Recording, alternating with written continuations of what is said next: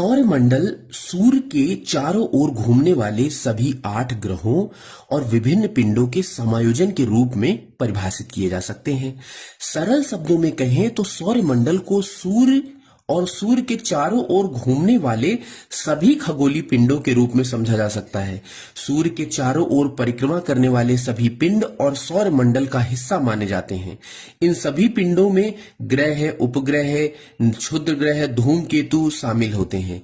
ये पिंड एक विशेष गुरुत्वाकर्षण खिंचाव के द्वारा बंधे होते हैं जो सूर्य के चारों ओर चक्कर लगाने के लिए मजबूर करता है। सूर्य का गुरुत्वाकर्षण खिंचाव वह शक्ति है जिसने ब्रह्मांड में इन पिंडों को एक साथ बांधा है और इनके चारों ओर चक्कर लगाने के लिए मजबूर किया है।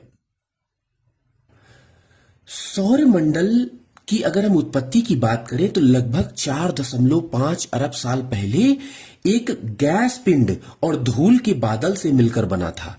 यह बादल पास के तारे के विस्फोटित होने के कारण ढह गया, जिसके कारण अधिकांश द्रव्यमान केंद्र में एकत्रित होकर सूर्य नामक तारे का निर्माण किया, जबकि अन्य प्रोटोप्लैनेटरी डिस्क में एकत्र हो गया, जिसने सौर मंडल के ग्रह, उपग्रह, धूमकेतु आदि का निर्माण किया, जिससे एक पूरे सौर मंडल का गठन हुआ, जिसे हम सोलर सिस्टम कहते हैं। सूर्य का गुरुत्वाकर्षण इतना प्रबल है कि जितने ये ग्रह, नक्षत्र, ये सारे के सारे उपग्रह, धूमकेतु सबको अपने चारों ओर बांधे रखता है और चारों ओर गुरुत्वाकर्षण बल के कारण ही ये घूमते रहते हैं।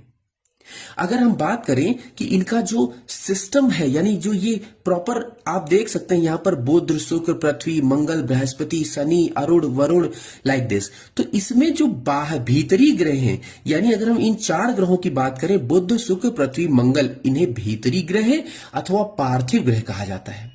और अगर बृहस्पति, शनि, अरुण, वरुण की बात करें तो बाहरी ग्रह अथवा जोवियन ग्रह कहा जाता है। यह भी प्रश्न कई बार यहां से परीक्षाओं में पूछा गया है। इसके बाद जो एक सौर मंडल से प्रश्न बन सकते हैं, जैसे तारे का जीवन चक्र, सबसे पहले प्रोटोस्टार के रूप में इसका जन्म होता है। जब प्रोटोस्टार के रूप में जन्म होता है तो इसमें क्या है कि कुछ तारे बृहद तारे, कुछ रक्त दानव, इस तरह से ये कन्वर्सन देखने को मिलता है। रक्त दानव आगे जाकर सुपरनोवा में कन्वर्ट हो जाता है, सुपरनोवा नेबुला में बदलता है और नेबुला ब्लैक होल या न्यूट्रॉन में चेंज हो जाता है।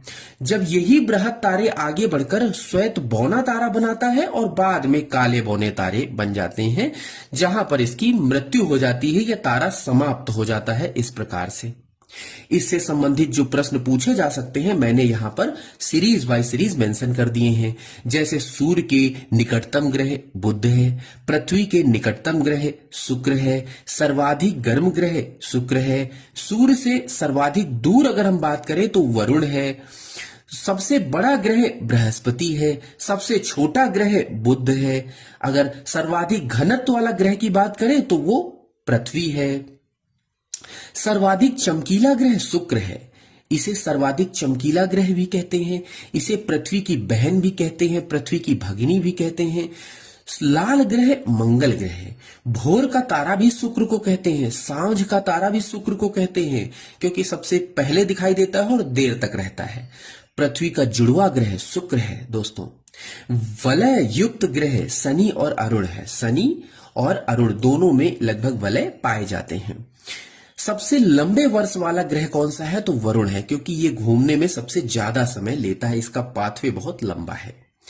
सबसे छोटा वर्ष वाला ग्रह जो है वो बुध है, बहुत जल्दी घूम लेता है, चक्र लगा लेता है।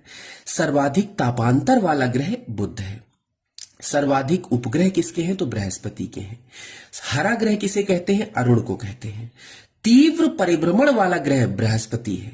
परिभ्रमण, ध्यान रखना, परिभ्रमण और परिक्रमण में अंतर है। परिक्रमण सूर्य की करते हैं और परिभ्रमण अपने एक्सिस पर होता है। तो तीव्र परिभ्रमण बृहस्पति। न्यून परिभ्रमण वाला ग्रह शुक्र है। समान परिभ्रमण एवं परिक्रमण वाला ग्रह शुक्र है, यानी दोनों का परिभ्रमण और परिक्रमा जो सूर्य की करता है समान है, शुक्र है। पूर्व से पश्चिम की ओर परिभ्रमण कौन करता है, बुध और शुक्र। ये याद रखिएगा दोस्तों, बार बार प्रश्न पूछा गया है। ये दोनों सूर्य पूर्व से पश्चिम की ओर करते हैं, बाकी सारे पश्चिम से पूर्व की ओर करते हैं। उत्तर से दक्षिण की ओर परिभ्रमण कौन करता है तो अरुण करता है। ये ध्यान रखिएगा।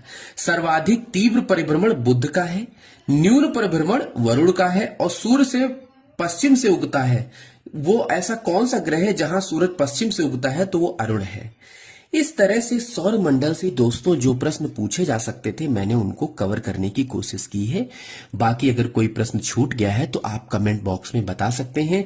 और ये सीरीज हमारे द्वारा जो आरंभ की गई है, अगर आपको पसंद आता है तो प्लीज शेयर जरूर करें वीडियो अपने दोस्तों के साथ, अपने भी प्रोफाइल पे शेयर कर सकते हैं जिससे ज्यादा से ज्यादा लोग लाभान्वित हो सकें।